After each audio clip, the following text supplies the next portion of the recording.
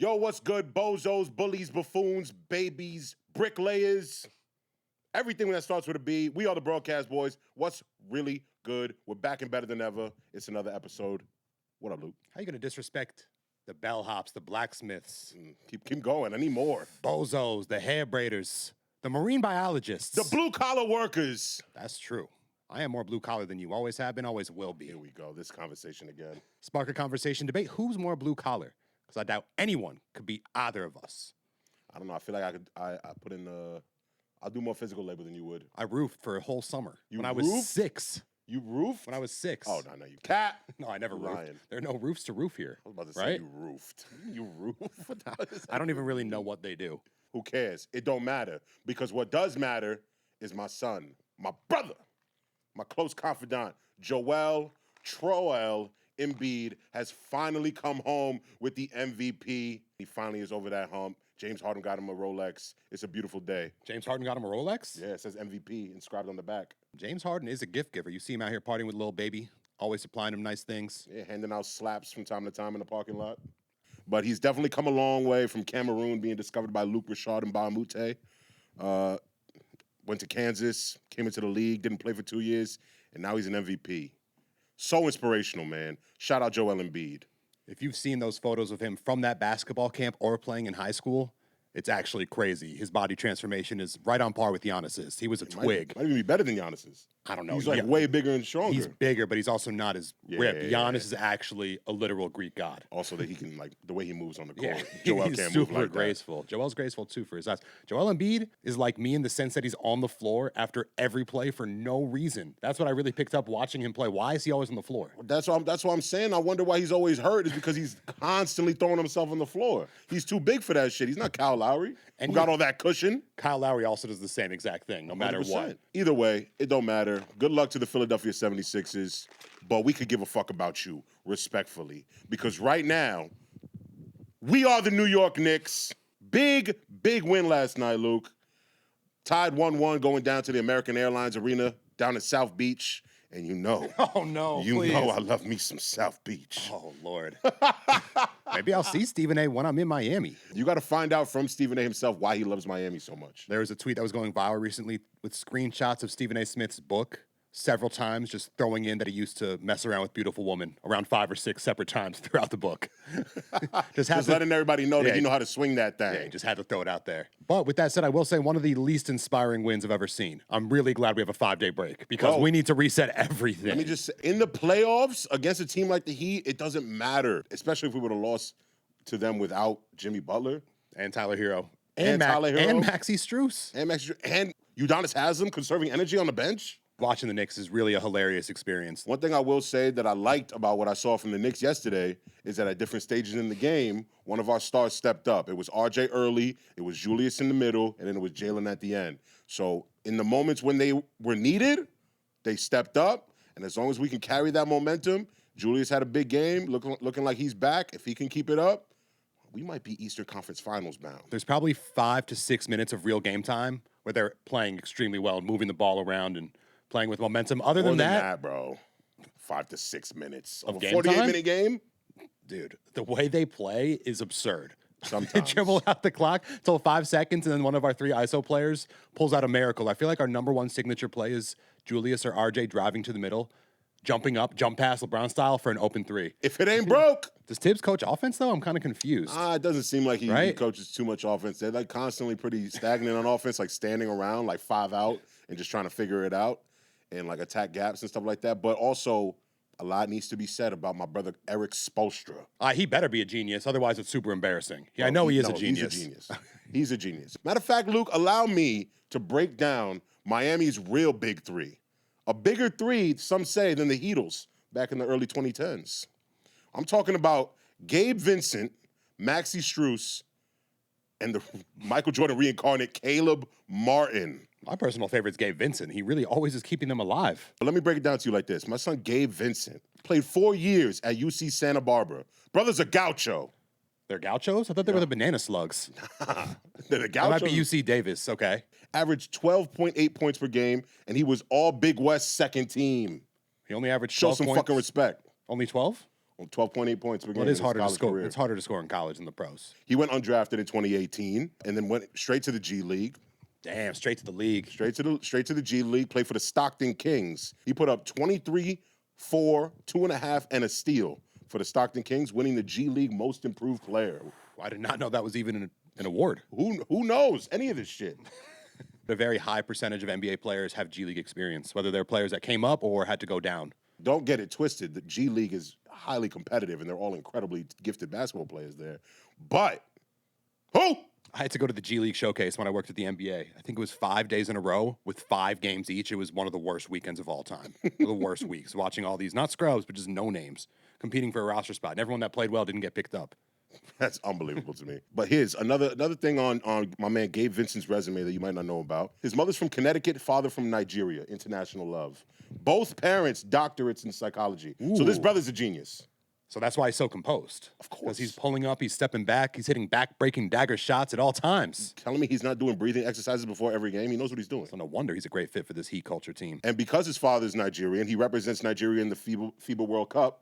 And in the game against Poland, he dropped 23 points and a game winner, leaving 0.3 on the clock. Dude is built for this. So he plays with Jahlil Okafor on the bench. Probably. Jahlil Okafor's on the Nigeria team for some reason. And he comes off the bench. No, Okafor doesn't They're even good. play, but he is on that team.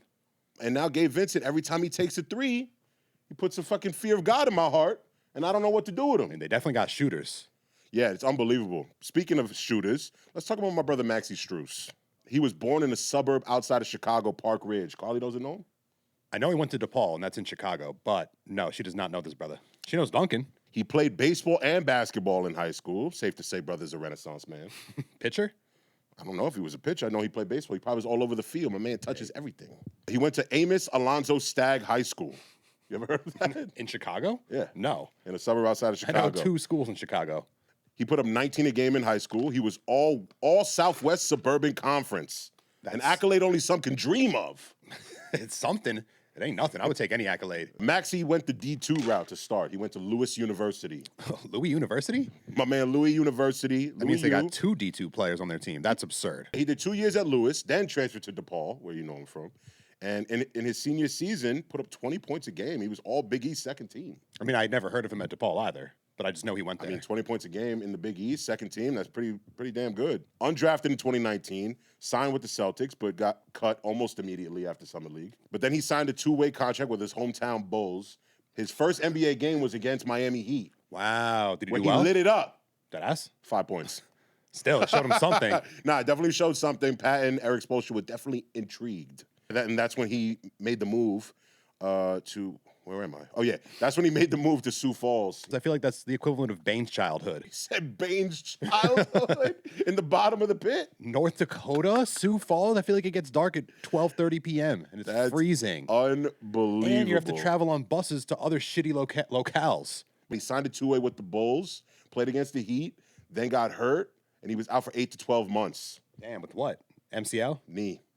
So I It was was right. like multiple knee things happening in there. Oh, so his first game, he would have scored 25 to 30, but he got hurt. Exactly. Yeah. I'm saying he saw all they needed was a few minutes. They saw 5 points. Pat Riley had the vision. He said, we need Maxey. Pluck him. If the Knicks had these players, there's no way they would be contributing. If the Absolutely not. Knicks were out their 3 best players, what would the result of this series be? It would be hilarious to watch. I don't think that there is a team, a franchise in the league that does more with the talent that they have than the Miami Heat. They maximize everyone's talent that comes in there. It sucks because they're so boring to watch. And that's one of the main reasons we need to win is I cannot watch them play. Whoever advances between Philly and Boston. Their brand of basketball is too slow. Right. Too I hope it's corny. Philly. Too boring. At least they play some defense though. And I do. Jimmy Butler's the first player in a while that I'm thinking to myself, I just wish he was on my team. Yeah, man. He's so fun. He's so good. He's special. mad confident. But not for nothing, the way that everybody's on his shit right now is like becoming a lot. It's like, yeah, he had a great first round, but like now motherfuckers is talking about every him. single playoffs. This every single round No, of every for single sure, playoffs. for sure. But my point is that nobody was really like they were a playing team, and nobody was talking about the Heat. Nobody was talking about Jimmy. He's playing well right now, but now they're calling them a favorite to win it all. No one said that. I saw it on Instagram. What? I'm pretty sure it was something. It was one of those NBA accounts. To win it all or to win the East? They said the 4 favorites to win it all are the Celtics, the Nuggets, the Warriors, and the Heat. I mean, they might have taken those odds and made a weird headline because there's no way people actually think they're going to win the whole championship. Knicks in 7. But you should not have said that about Jimmy Butler. I'm not worried about Jimmy Butler, man. Dude. Me and Jimmy come from the same cloth. You need to stop. Same amount of toughness. You have to stop before. You need to. I'm telling you. I know superstitions and curses. We're still actually trying to determine who's cursed in our friend group. Shit, I might be the curse. And honestly, it might be everyone and no one. Interesting. We'll see. We'll figure out who the curse is. But we have to move on to the next box office brother down in South Beach. The twin? The twin. Caleb Martin. Now we know his twin brother Cody of the Charlotte Hornets. Barely. We know him. We know him. He's a box office brother in his own right. Both of these dudes, born in North Carolina, played at Oak Hill. Oh, really? They went to NC State, joined the Wolfpack, both of them together. Then after 2 years, transferred to Nevada's Wolfpack, both together. And Caleb actually won Mountain West Conference Player of the Year, putting up 19 a game back in 2018, his junior year. Caleb went undrafted in 2019, but his brother actually got drafted by Charlotte? By Charlotte. Oh, really? In the second round.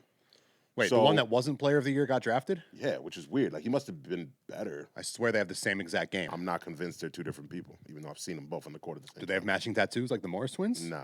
Nobody is As identical as them? nobody does it like the Morris twins. They're like committed to looking exactly alike. There's a real theory that they actually replaced each other one game. I would believe it. I don't know which one, but someone was really badly hurt and expected to miss a game, and they killed. Yeah, no, I would believe it. Yeah, so the Hornets drafted his brother. So then he signed with the Hornets. 2 years later, in 2021, he was waived. Heartbreak. Signed a two-way with Miami. Spent crucial time Sioux Falls? in Sioux Falls, Telling believe it or you, not. Sioux Falls is where champions are made. If you can make it there, you could really make it anywhere. After Sioux Falls, now he's putting up 9 a game, and he's playing fucking amazing. The point of me bringing all this shit up is that we're playing against, like, a G League All-Star team, and they are on the verge of potentially going to the Eastern Conference Finals and smoking us. I mean, they easily could have won last night. We got They lucky, could've. I would say. No, we didn't get lucky. We played well in the end of that fourth quarter. Like that, we played good basketball. We in the played good fourth quarter. basketball, and we had a special help of a Let certain me ask you a someone. question. Did you watch the entire game? Yeah, watching Bam Adebayo, I'm like, there's no way you're going to score the ball. There's Yeah, no no. way when he takes a jump shot. I'll Bam- take that all day. Bam is nice, but he's nice, but also kind of a fraud. On offense, he can't On play. offense, he can't do nothing, but on defense, he's definitely a problem, even though he's not really messing with Mitchie. At least they give him a shot to do something on offense. He's not doing He's nothing capable of with doing Mitchie. maybe something. He's not doing nothing with Mitchie. He's certainly not doing nothing with iHeart. iHeart was on the boards like And crazy yesterday. God forbid we had Jericho Sims healthy. It could really be a wrap. They play so solid, bro. They just play way smarter than us. Yeah, I guess so. What's your prediction for Game 3? The way it's, I mean, you never know what can happen. The way this series has gone, we're going to get destroyed. This is why I don't fuck with you. I think it's only a matter of time before people really get involved. IQ hasn't gotten hot. No. Quickly hasn't gotten hot. That's that ass. IQ and Quickly? I said, that's not what I said. Yeah, IQ and Quickly. Oh, I meant Quentin Grimes. Grimes. I meant Grimes. Grimes and Quickly both haven't gotten hot. Jalen just got hot yesterday. Julius' first good game. RJ's been dogging. You know what I mean? Once we all put it together, because defensively we're still They're solid. Still Enough. super solid Although on there's defense. a lot of wide open threes given up, but I guess a lot of every team does that. Yeah, I chalk up to playing down to our competition and being like, all right, yeah, beat us, go ahead, and they almost did. If they add Jimmy Butler to the mix, this shit is a wrap. Nah. If you take yesterday's game, add Jimmy Butler to the mix, this shit is over. Nah, I don't think so. And when the way you talk gets me tight. If the Knicks like players had the Heat institution, that team would be really good. Yeah, I'm sure that would be great, but that's not what we're talking about right now. That's we're what I talking need. about Jimmy Butler and a bunch of fucking bozos versus our team who has yet to play well yet, and we're tied 1-1 going into there. Knicks in 7. Out of respect to Jimmy Butler and the Heat, we'll go 7 games. Knicks in 7 at the Garden. I'll be there. On a half-court buzzer beater by maybe Josh Hart.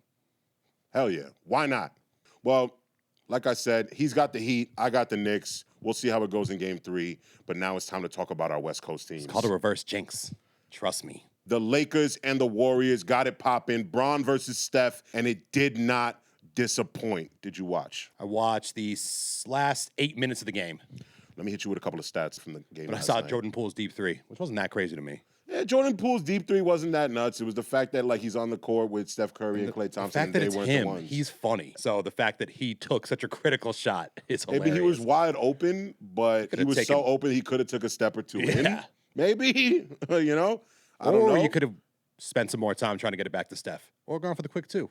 Yeah, that's the thing. It's just like in that moment, I appreciate his confidence, but Steph got to take that shot. Clay got to take that shot. Someone who's been there, who ain't new to this, but simply true to this. I think the Warriors were emotionally drained. Well, let me tell you And after this. Steph Curry's speech, which apparently was so inspirational, I heard a few quotes. It was maybe the most basic thing I've ever heard. Well, you weren't there for the actual speech, so you really don't know. The quote card from Bleacher Report was, "I don't got much to say, but today I do." And that was it. And the next page was, "That speech gave me chills." All right, sorry. Can you read me these stats? Well, they're not really stats. I just want you to know that last night, the Warriors hit 21 threes. We know what we're getting from the Warriors. They hit 21 threes. Clay, Steph, and Jordan Poole had 6 threes each. The Lakers, 6 threes as a team. Wow. And still won the Bully game. ball. OD. Points in the paint and free throws. They were big body bullying these motherfuckers all game down low. The Lakers are kind of scary, though. They're so funny, but they do play well. Top to bottom, right? I got them right here. D'Lo and Dennis. Dennis is starting scary. point guard and the backup point guard. Both had 19 last night. D'Lo, I want shooting the ball when it matters most. If I'm the opposition, out of everyone on that team, I'll take him shooting. Yeah. I'd rather have Shooter in. D'Lo and Dennis both had 19 last night. LeBron had 22 and 11 rebounds. Anthony Davis had 30 points, 23 rebounds, 4 blocks, and 5 assists. That's domination. Unbelievable. Austin Reeves got ODB Rabbit underdog energy. I feel like he's going to be – he only put up 10, but I'm saying he's out there. He's just tough. He's nice. He's liable to do shit. He's the new Caruso, but on offense. For real. Who else? Vanderbilt, a Swiss Army knife. He's really nice on defense. I like Really him. nice on defense. He'll hit an open shot. Troy Brown's out there too. They got some people. And like all of this under the tutelage of Darvin Hamon. Who is the? I vaguely remember him playing on the Bucks. Whoever's the coach of the Lakers, it doesn't matter. It's LeBron's It's team. Darvin, bro. At the deadline, they traded for like 4 different really good pieces, shooters, defenders, whatever, and completely changed. They were a 13 or 12 seed in the West, and now they went all the way up to 7 and then won the play-in and like then beat the Grizzlies. So my point is that with a properly constructed roster, Darvin's doing work. I just can never tell if it's a coach's fault or not because Frank Vogel won a championship. They had one bad year and he got fired. Yeah, I mean you never know, but that's the beast. That's the NBA. Only coach I've ever known to actually have an incredible visible turnaround. Tibbs did it the first year, but Rex Ryan with the Jets. That was some shit I've never seen in my life. We were so Rex is bad different. and instantly became amazing with an incredible defense. I think NFL coaching is more impactful potentially. I think you can make a bigger difference. I agree that NFL coaching is definitely way more involved in actual winning, more so than in the NBA. Like NBA players got to go out and perform and like do their thing in order to get those dubs. But I don't want to take anything away from Darvin Ham. In his first year as head coach, making this run after having a really, really fucking terrible start to the year, I'm giving my boy his flowers. He needs to prove a lot more to me. I need to see one inbounds play for his life. See what he does. I don't know, man. We'll see how it goes. I mean, like, the Warriors are so battle-tested. This is obviously going to go – like, they're obviously going to respond.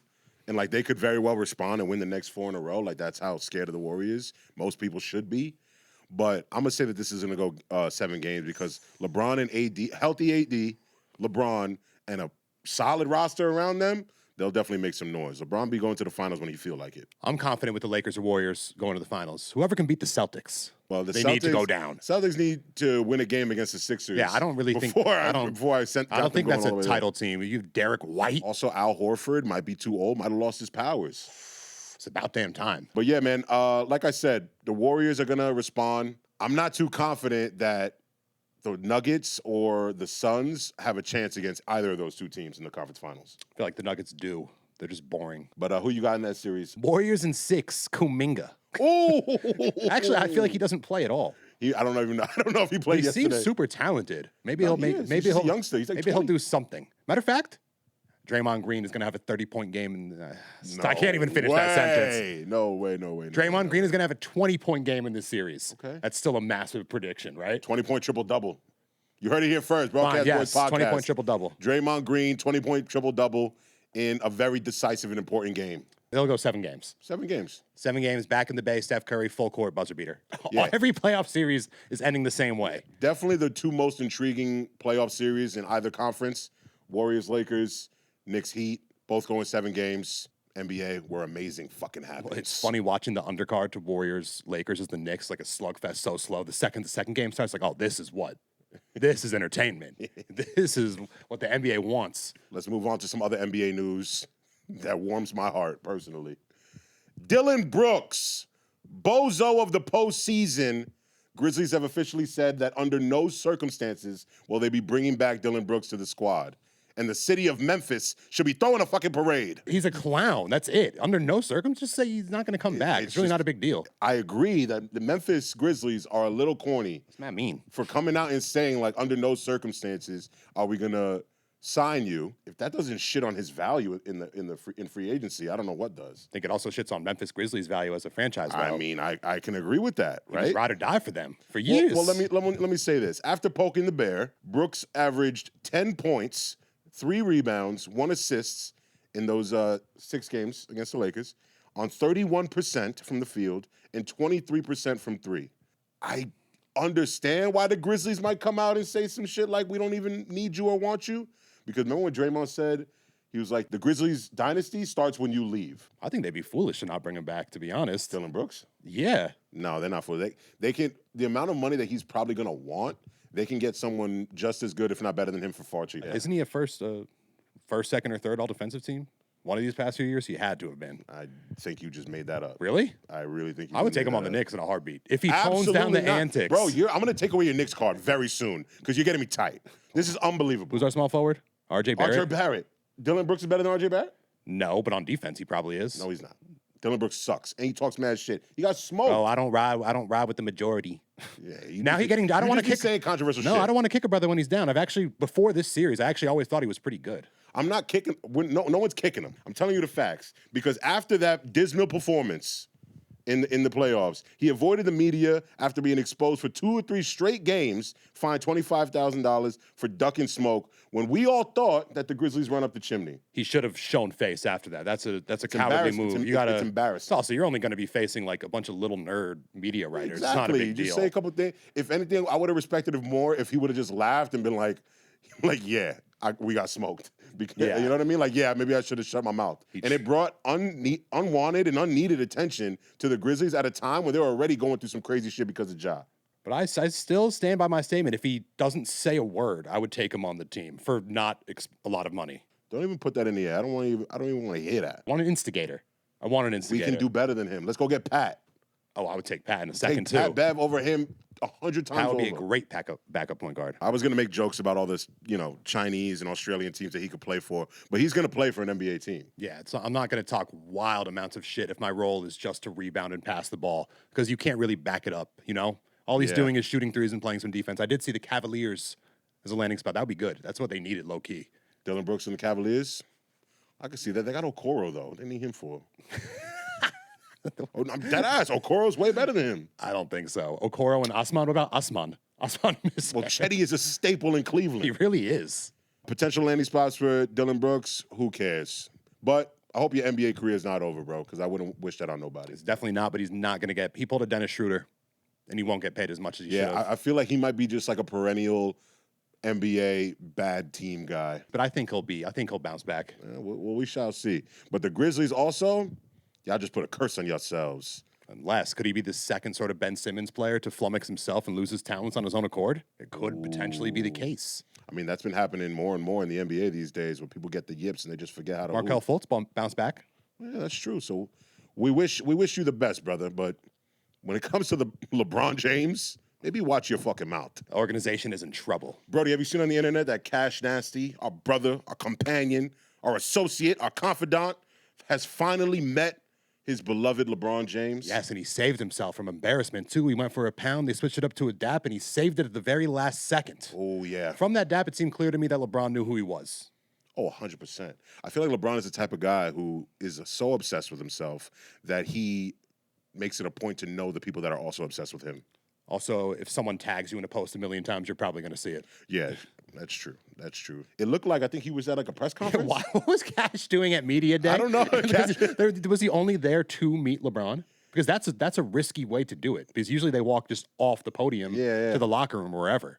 I'm surprised this was the way it happened. He dapped him up, And that's just big time because if you're a fan of Cash, then you know that Cash has been rocking with LeBron for a long time, before the beard, before the muscles. My man was a King fan. But it reminded me of times where Brody and I met some of our favorite icons and heroes from our youth. I met LeBron too. No photo evidence though. So it didn't happen. I shook his hand backstage at a TNT fashion show. LeBron, comment. Let us know if that's cap. This is me meeting Russell Westbrook at New York Fashion Week. We walked into the store shooting a YouTube prank video with the Keeping Up with the Kardashians crew, so I believe they thought we were part of that production. And if you can see in the mirror, Kim Kardashian is pregnant with potentially Saint West, which shows you my longevity in this game. Wasn't that around like 2014, 15? That might have been North. I don't think it was North because I saw North walking the streets at that time in Soho with her babysitter. Oh. I don't think it was North. When I was working at the NBA, we used to take the trophy around to different celebrities in town. So he was at Jimmy Fallon. Future was at Jimmy Fallon. We just went into the dressing room and took a photo with the trophy. You can't really see me, but there you see my outline taking the photo. Pico right there. More cap? That's not cap at all. Look at that. That's me. No. I see it. I'm just fucking with you. I mean, there's no way anyone would be able to tell it's me, but I have this photo and I've never seen it anywhere else on the internet. That's fair. And he kept going like how Marco Lucas. He kept going, Lucas. Lucas. I did meet Future. He was a nice guy and didn't even seem too smacked at all. Wow. And his voice sounds like he does on the record. Really? Yes. So a lot of dirty Sprite involved in that voice. I love that. Damn, I like how this is the me show. Oh, this one's big time. Wow, Bill Pito. Y'all don't even know about this brother. Yeah, y'all don't know about Bill Pito, the fastest 150 seconds in the National Basketball Association. If you're from New York and you watch the Knicks and you watch MSG, then you know my man Big Bill Pito, Big Body Bill. 150 seconds in today's time is like extremely long for content. But he packs so much information. No, he's amazing at that job. He worked for Mike and the Mad Dog. Oh, really? Did he? I don't know if he worked for them. He was like a personality type. I mean, wow, come on. This Luke. is Kid Miro. This is also the photo I use for Instagram. I just always forgot he's in the second half of it. Yeah. I cropped my brother out. Where's my man Jesus? Jesus is there. I don't think I have a photo. Sammy Dane we were filming stuff together and he was off camera. They're hilarious and mad nice. People often say that you're definitely like him. That I'm like Miro. I don't think I'm like Jesus, but you definitely are the same. You white Jesus? I think there's definitely a parallel there where you're white Jesus and I'm Boricua Miro. He's so already, I can see it. Okay, so this is an important question. Oh, here we go. This right here. What voice did Carl Towns use when he spoke to you? I think it was middle of the pack. It wasn't too high. It wasn't too deep. Dude, I think it might have been his just like regular ass voice. Wow. Me and Brody, we knew that Karl Anthony Towns like followed us on TikTok. We had worked with him too. And yeah, we worked with him on like a small shoot, a 2K shoot. Him and Julius Randle played against each other in 2K. In brown shirts. And they were both garbage at 2K. But their players weren't very good. Either way, we chopped it up with him for like 10, 15 minutes, like after the shoot was over. Real solid dude, real nice dude. But you know, I figure he's locked in coming into the game. He's not gonna show too much love. But I'm standing there, I don't even know he's pulling up. I see him at the last second. And you can't see it in the video. He started walking towards me before I even saw him. You can see it in the video. Look at his little jog. Yeah. You see right there. And then I saw him. I was like, what's good, bro? But yeah, shout out Karl Anthony Towns. That's my brother, my hermano. Oh, this is after the classic Aaron Gordon, Zach LaVine dunk contest in Toronto. I don't know why he gave me the trophy to hold. Maybe he wanted to throw the peace signs. A bunch of NBA bozos. Who are those other guys? The one next to him with the Russian hat is literally at every single NBA game doing social media. Did you see Instagram where it's like LeBron even has a handshake with the cameraman? It was like literally 1, 2, 3 salute. You saw that one? It was him. Really? Yeah. And then you suited up holding the slam dunk trophy Suited up. When you could barely touch backboard. Oh, this one was big. Clyde. This was actually bigger than meeting LeBron, if you ask me. For a New Yorker, for a Knicks fan. He's so accessible, though, is the only thing. You don't know how someone that you admire is going to react when you like show them some love. But when I walked by him, I didn't want to bother him. So I was like, you know what, Mr. Frazier, I've been a Knicks fan my whole life. I've been a big fan. I grew up watching you. I just want you to know I'm a huge fan and I appreciate you, right? And I left it at that. And then a few steps later, I turned around. I was like, by the way, the outfit, fire. I said just like that. And he was just like, well, thank you, young man. So then it got a little awkward, right? Because I kept walking. I get to the elevator, right? And then just so happens Clyde and I are getting on the same elevator. So I said goodbye to him, and then we ended up standing next to each other. And he said to me, he was like, big fella, you got a phone? And I was just like, yeah. He was like, how about a picture? And I was just like, hell yeah, Mr. Frazier. So then I took one, and then we started talking about Clyde's Wine and Dine. He said he had to shut it down because of COVID. That was a great spot. Yeah, but I told him he had to bring that shit back. Yeah, man. But Clyde Frazier, he'll show you love. Say what up to him. He knows what the people want, for sure. He has a few go-to lines. Oh! All right, this is actually, Neymar is one of the maybe top 5 most famous soccer players in the world. I have to copy his little, I don't know what you call that. Hang 10. Hang 10. Brody, yo, for the fans back at home, Brody has never thrown that up in his life. I kind of like it in this photo, though.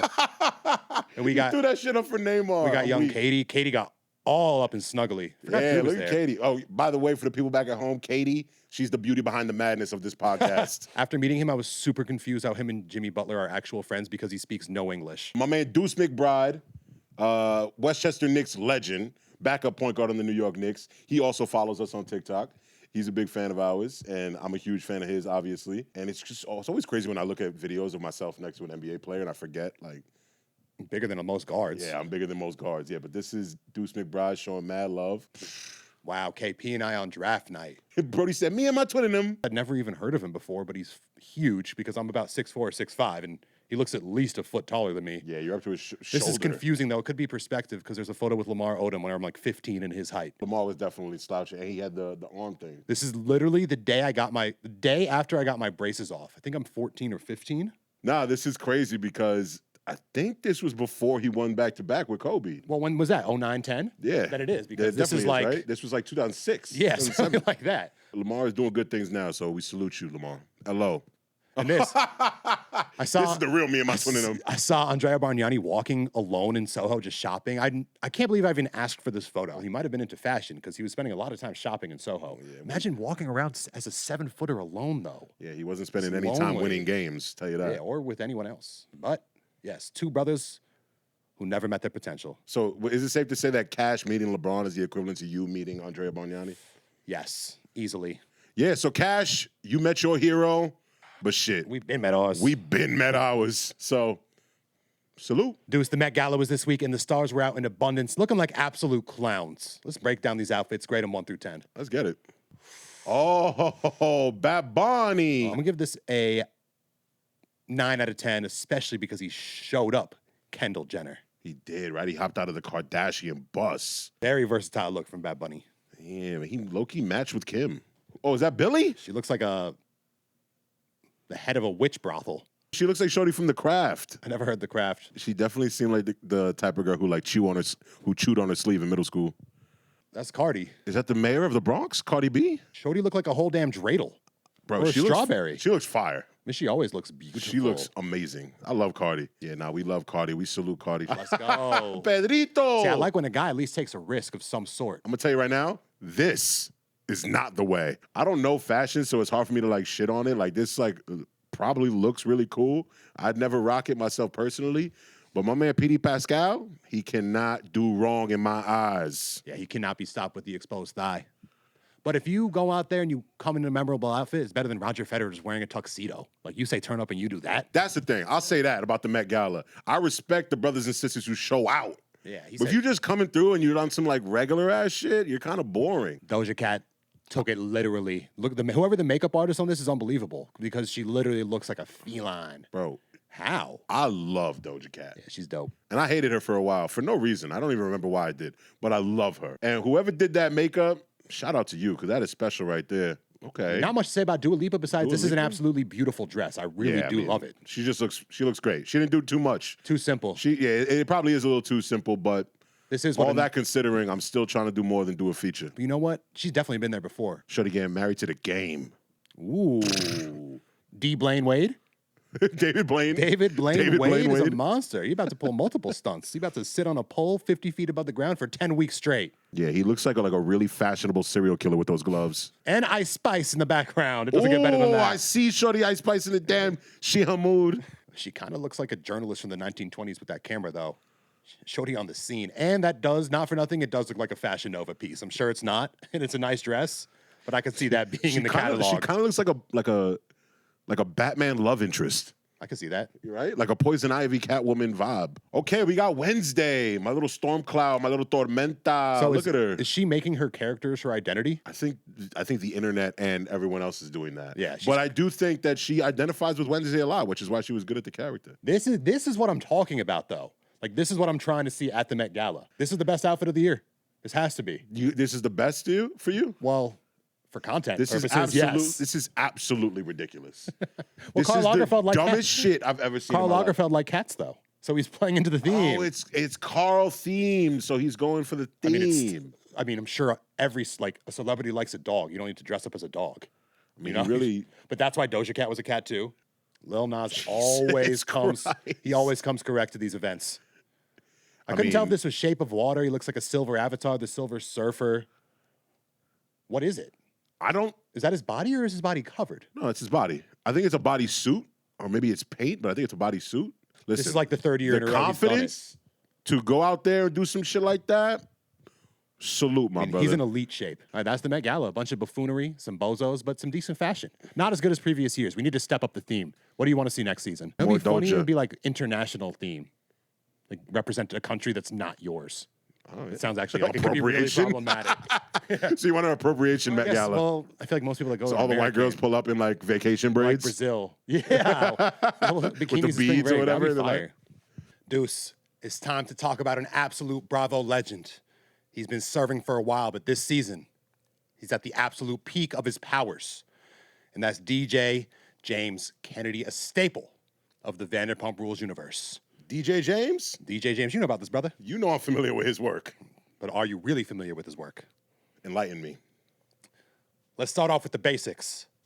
This brother used the shit out of Kristen Doty to get on the show. He was 23 years old and starts dating a 33-year-old Kristen Doty who was coming off of a messy breakup with Tom Sandoval after sleeping with Jax Taylor, his best friend, while they're in the same room watching Drive. Do you recall this scenario? Yeah. She was with Tom. She fucked around with Jax.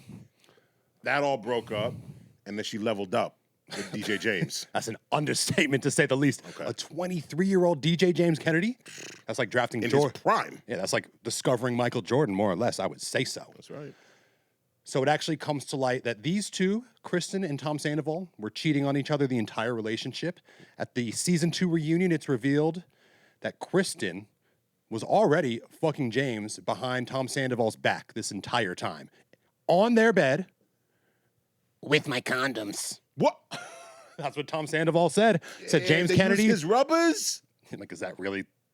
So, may as well use safe sex. I mean, you said Tom was broke. Those are expensive. They were broke at the time. Their apartment was legendary. You couldn't even turn on the microwave and the AC at the same time without the power shutting off. I'm serious. Damn, they live in the hood. Bro, I'm not even lying.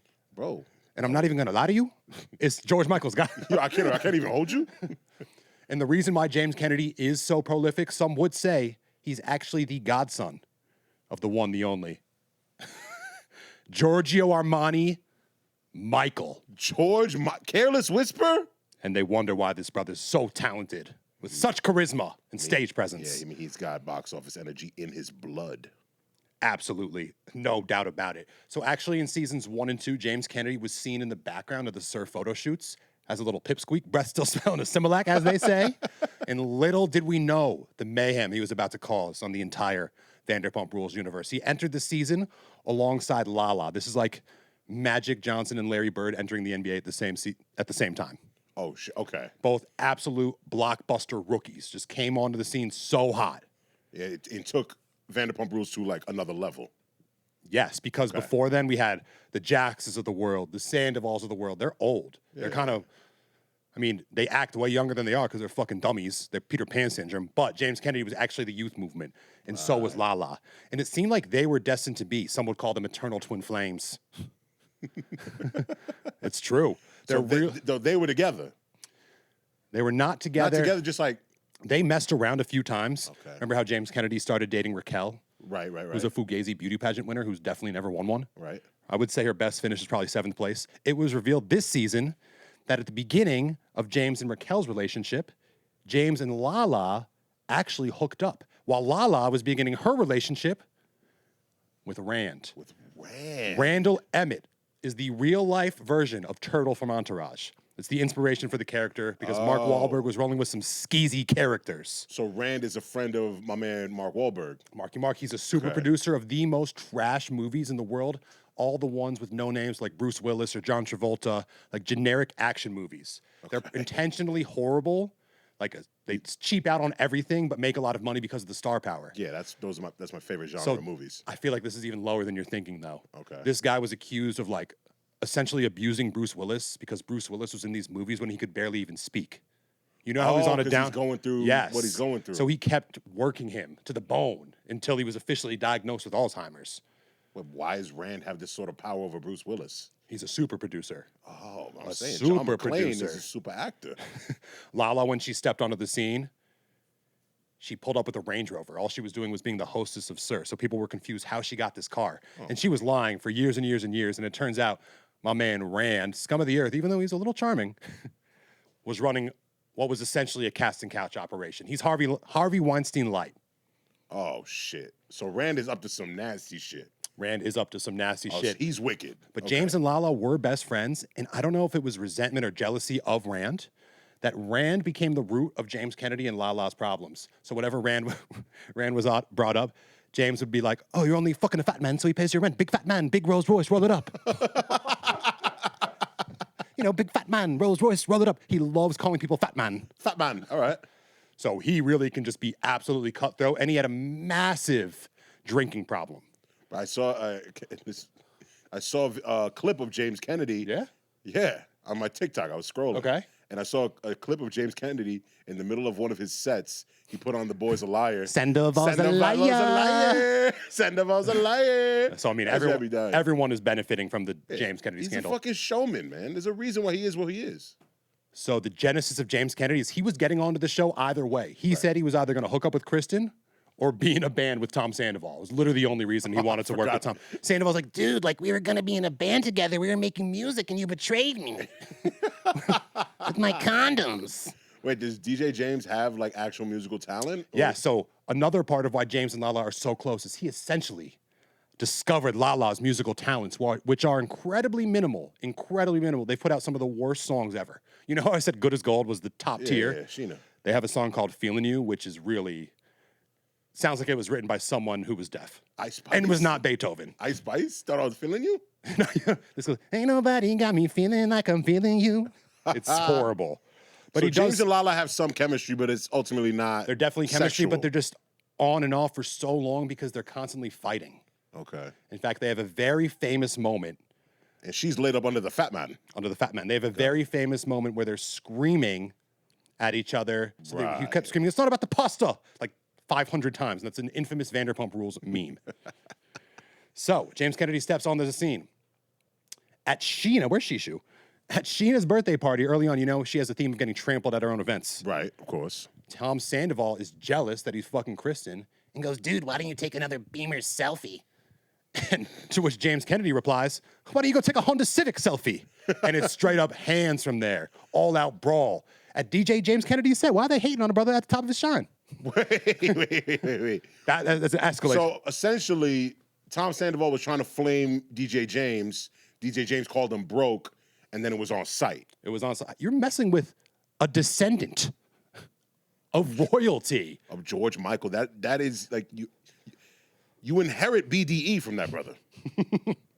So that escalated into an all-out brawl. James Kennedy, he starts as a bar back at Sir, elevates to a busboy, server, and then he finally can bring his talents to Sir as a DJ, where he implements the most successful event in Sir history, See You Next Tuesday, every Tuesday night, spelled C-U-N-T. He moved up the ladder as Sir, so now he's creating events and DJing the events. I mean, It was a huge success. I'm saying. But he did a lot of things behaviorally that caused issues. Okay. For example, slightly unrelated, but it comes back to it, Jax and Brittany, one of these stable couples in the Vanderpump Rules universe, it was discovered that Jax hooks up with Faith, who you may know from The Challenge. Do you remember Faith from The Challenge? Oh yeah, I do. Military girl. Yeah. So Jax cheats on Brittany with Faith. Faith was working at an old granny's home. They hook up in front of a 90-year-old grandmother. And she records it on audio. She records Jax saying how much he wants to leave Brittany. He can't stand Brittany. But the old lady was recording it? No. Oh. Faith was audio recording the whole time she set him up. Oh, she was wearing a wire? I mean, yes. Yes. But I She's mean, an Jax. informant. Jax- She's a snitch. Jax is the easiest fucking prey in the world. Well, was she doing that in order to like get information back to Britt to be like Jax ain't Faith shit? was doing this just to get on the show. She was trying to pull a James Kennedy, but not everyone is so shrewd as the brother himself. It was a calculated clout chase. Okay, so Jax fucked Faith. Keep that in mind, right? So Okay. James is hosting an event at Sir. Gotta keep circling this to remind you. He's hosting an event at Sir. He wants to get the people going. It's a little quiet. He wants to bring up the energy a little bit. So he asks the crowd. He tells the crowd, he raps, "I just pulled up in a brand new Wraith. Who remembers when Jax fucked Faith?" Don't tell me the crowd went wild. The crowd is literally going, "Oh my God, I remember. I remember." That's what he says, they said. No one said anything. But can you imagine how unprofessional is it? Brittany was working as a server right next to him on a microphone to the whole restaurant. "Just pulled up in a brand new Wraith. Who remembers when Jax fucked Faith?" What are your thoughts on That's those a bars? fucking bar, actually. That's a bar. I respect that. I mean, look, at the end of the day, the truth hurts. And he's just reporting facts. Same could be said about us. It's true. I mean, it's not. After Jax cheated on Brittany, she like rolled out the red carpet for him. It was absurd. So at least someone held him accountable. She literally held him 3 birthday parties after fucking Faith. What's with the ladies not knowing their worth? They need to take a page out of Sheena's book ASAP. Who, Shishu? AKA our goddess. Shout out Shishu for commenting. We love you too, sister. Oh, yeah. One time for Shishu. We'll give you your flowers at the end of this. Don't worry. So at that point, James Kennedy has to respond to Lisa Vanderpump, who is who started the whole show herself. Right. Lisa was actually friends with George Michael. George Michael's manager was James Kennedy's father. So they ran in the same thotty circles back in the day. So he has to respond to Lisa, and he tries throwing the artistic credibility excuse. He goes, "It was a freestyle, Lisa. It was only a freestyle." Doesn't matter. He gets fired from Sir. A freestyle, but it was like 3 bars. It also obviously wasn't a freestyle. He clearly planned that out. Faith, Wraith, it's not the easiest bar. I mean, I know he's a genius, but not everyone can do that. I mean, if anybody can, it's DJ James. So James seems like he definitely has mommy or daddy issues. His parents seem like pieces of shit. His mom was on the show telling Lisa, like, "You got to step up. You know, you're really a mother figure to him. Like, hello, you are the mother." Yeah. He needs a motherly figure in his life. And his dad was all about town, being George Michael's tour manager. I think he was a super drunk.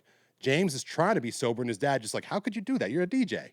So he just is encouraging him to continue drinking. Okay, so I feel like the root of my man DJ James' problems comes from the fact that he comes from a broken home. They weren't looking after him in the way that they should have. Actually 100% true. And there were rumors about George Michael passing on a lot of money to his estate, including his godchildren, and I don't know, that might have been messed up. But he is providing for 2 brothers, a mother and father, all while working as a DJ at Sir. How could that be possible? Man, maybe not a broken home, but that's a lot of pressure to put on one dude to carry the weight of the entire family. Now, DJ James got the broadest shoulders on the show, probably. He's like 6 foot 120. He's actually leveled up lately. Oh, okay, so he's getting his weight up. Sorry, we need to circle it back to Rand. Since you're a cinema fan, Randall Emmett was the director and producer of Gotti, which is one of the only movies in history with a 0% score on Rotten Tomatoes. Wait, no, he had to have only been the producer. But I'm pretty sure E from Entourage is the real director of that show, of that movie. See, all those links though. Entourage, Yeah, no, I see the links. John I see the Travolta. links. Yeah, he was the producer. 0%. And then Lala, his girlfriend, says, "Well, you know, mob movies, they're not really popular. You know, the world's not really ready for mob movies yet. It's the oldest genre in the game." What the hell is The Godfather? Stick to music, Lala. Give them Lala. All right, so James Kennedy and Kristen, they're just cheating on each other nonstop. No one cares. This is what you signed up for, is it not? Yeah, I mean, that's how you got on the show. Literally, he's sleeping with servers at Sir. They're showing Kristen photos and Raquel photos. Like, "Oh, you know, Photoshop it's amazing these days." I mean, it is, but So not that good. He breaks up with Kristen. He says, "Yeah, a manageable babe. It's like, if you ever get married, you're gonna get divorced in 5 years. You're gonna be depressed and lonely." And he spits on her door as he's walking away as a goodbye present. Damn, he was hurt. Because she was definitely fucking around on him. And this whole time he was dating Kristen, she was obsessed with tracking down one of Sandoval's ex-flings. Do you remember Miami Girl? Yeah.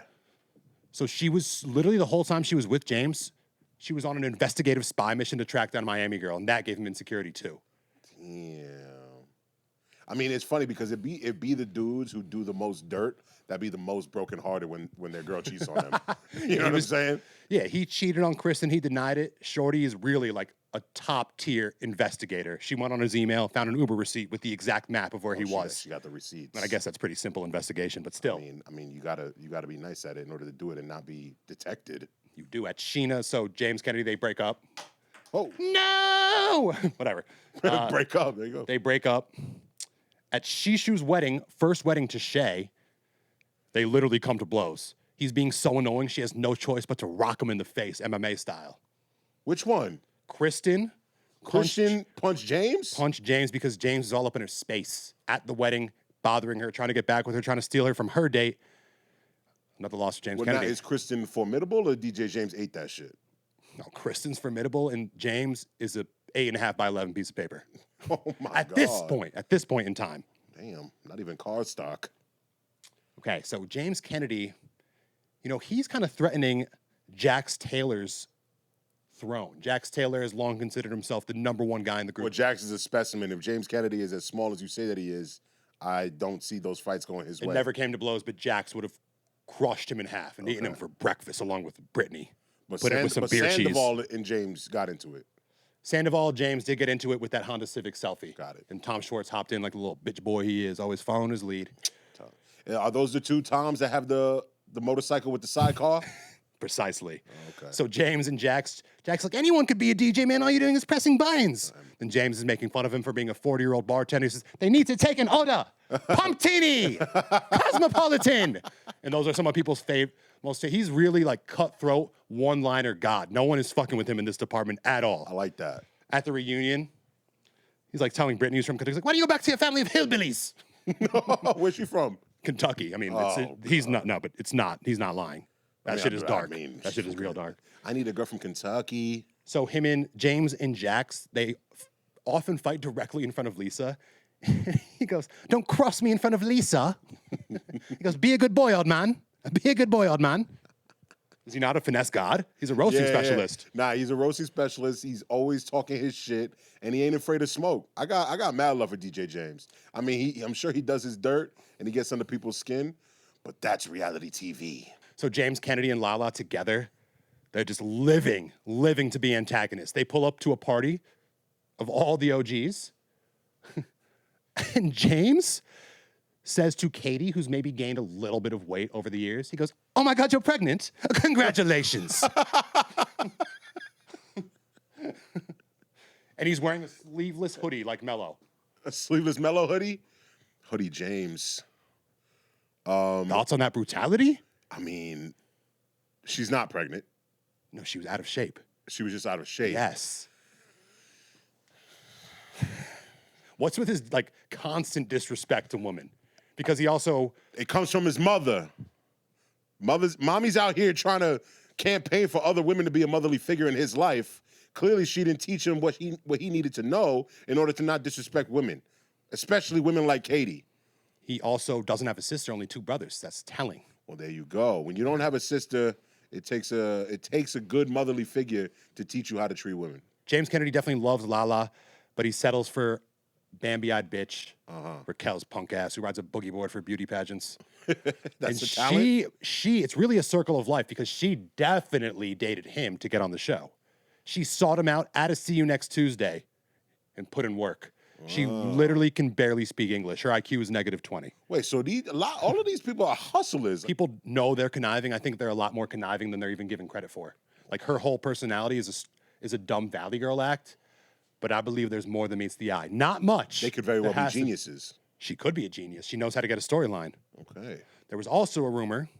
James is all people love talking down on James Kennedy. There was a rumor he hooked up with his best friend who's a guy, Logan. Oh. Which he vehemently denies. When Logan is confronted about it, he said he never said it.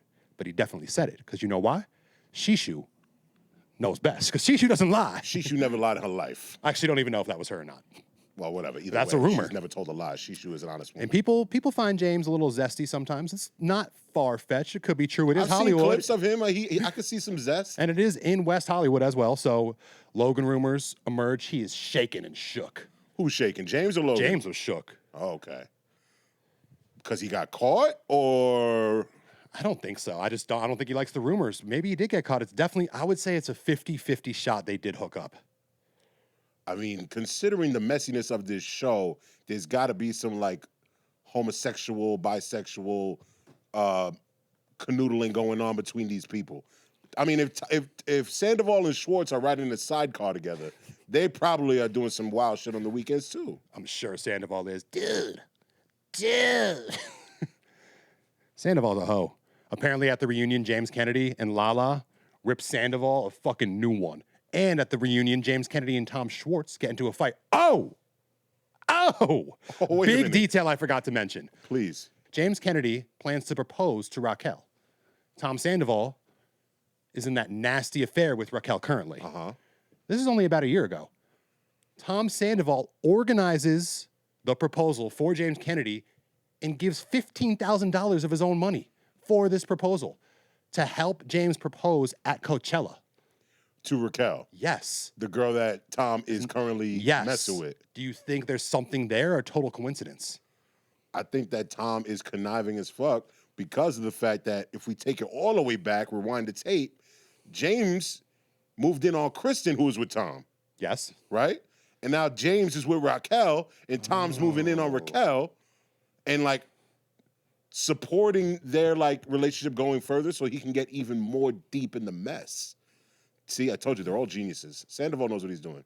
Sandoval's a liar. Sandoval's a fucking slime lord, bro. That's why I'm not going to put it past him. But yeah, James and Kristen together were like a used pack of Marlboro stomped out on the ground. Oh, goddamn. Absolutely filthy, I'm just filthy saying, couple. if there's a way to get back at DJ James and I'm Tom Sandoval, I'm messing with Raquel on the side and still supporting their relationship so they can go either further. James gets even more invested. He marries her just to find out that Tom was hitting the whole time. Are you saying this might have happened before?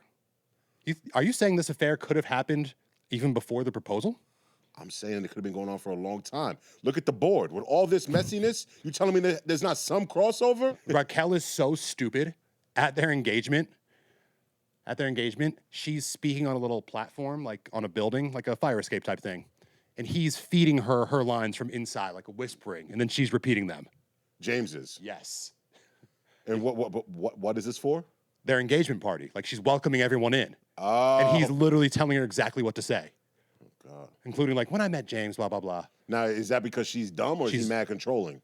I think a little bit of both, but she is dumb as a rock. Like when the thought of her bachelor party came out with penis straws, he was furious. Said that's so trashy and tacky. And honestly, really? that's really why he might be my spirit animal. Maybe, or maybe he was tight that he was missing out because him and Logan wanted to pull up for the penis straws. Oh shit, my man Logan is a monster. So in the most recent episode, James Kennedy has a big opportunity. He's opening for Cascade at a pool party at Imagine Fest in Atlanta, and he let us know Cascade? And he let us know 100 times. Oh, Imagine Fest.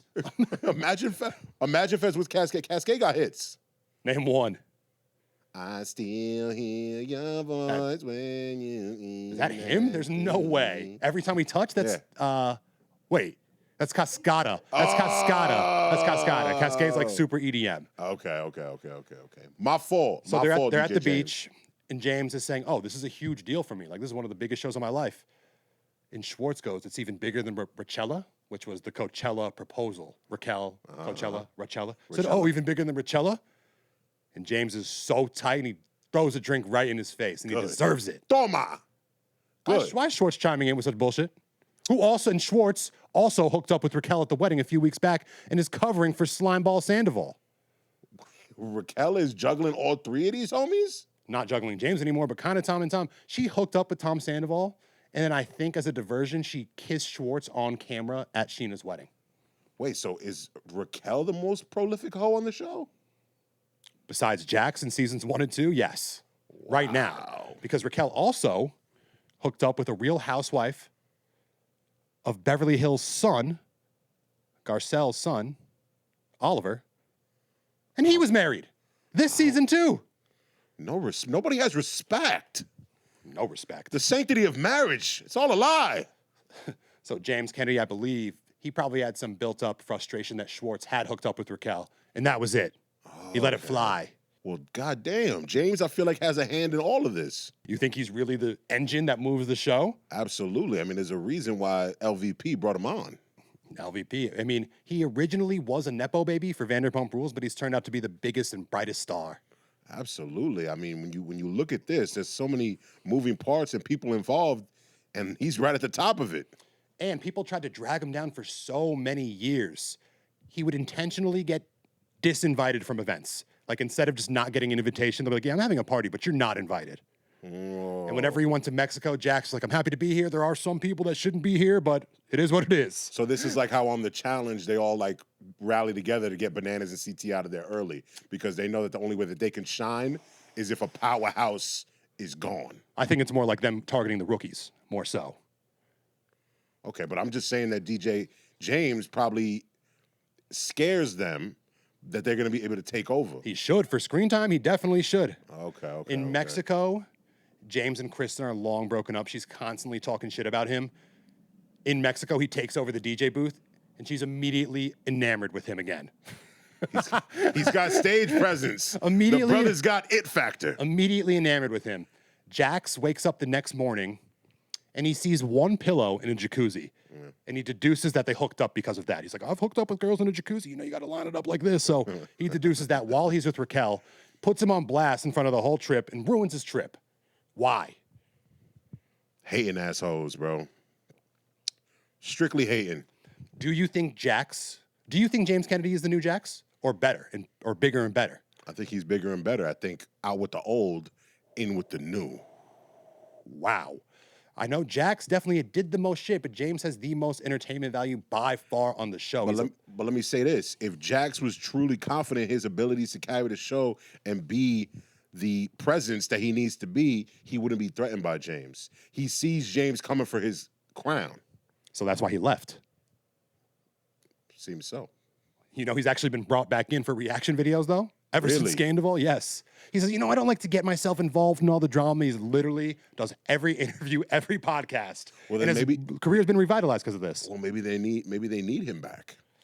He's just a dad now, though. I mean, he's really good at talking shit. They should keep him and just let him be in his house. Yeah. Like, he doesn't need to get active at all. Like Kendrick Perkins. James has a new girlfriend, Allie. Once again, everything comes full circle. It's all destiny. She 100% is with him to get on the show. It was discovered she was on some other little fugazi knockoff reality show when she was younger, and now she's in the mix. Why can't James Kennedy be single?